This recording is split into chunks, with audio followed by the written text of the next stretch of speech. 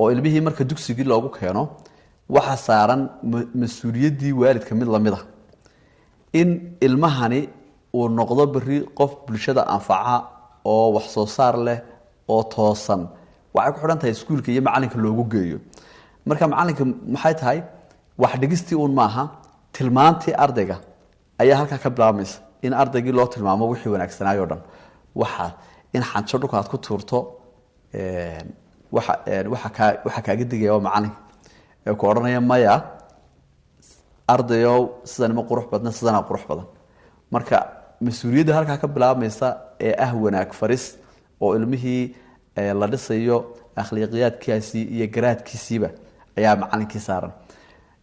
inaga inta badan waxa jirta in macalinka marka iskuulka loogu geeyo ardayga marar badan ardaygii macalinka ay kala baqdaan oo xataa hadii ilmihii ay caqabad haysato aan u sheegi karin laakiin taa bedelkeeda isagana waxa looga baayay macalinkii sidii waalidkoo kale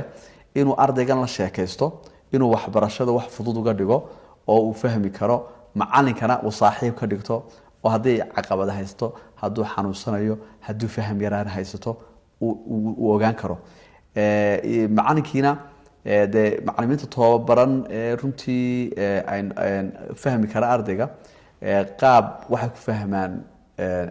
maskaxiyana bay u fahmaan oo runtii lagu tababaray oo maanta marka amiiro oo iskuulkii dhiganaysa ay wax fahmi weydo ee bari macalinkii uu soo qor ay keen weydo wuxuu ogaanayaa caqabada haysta ilmaha ma faham la'aan ba ma ardaygan oo qalqaali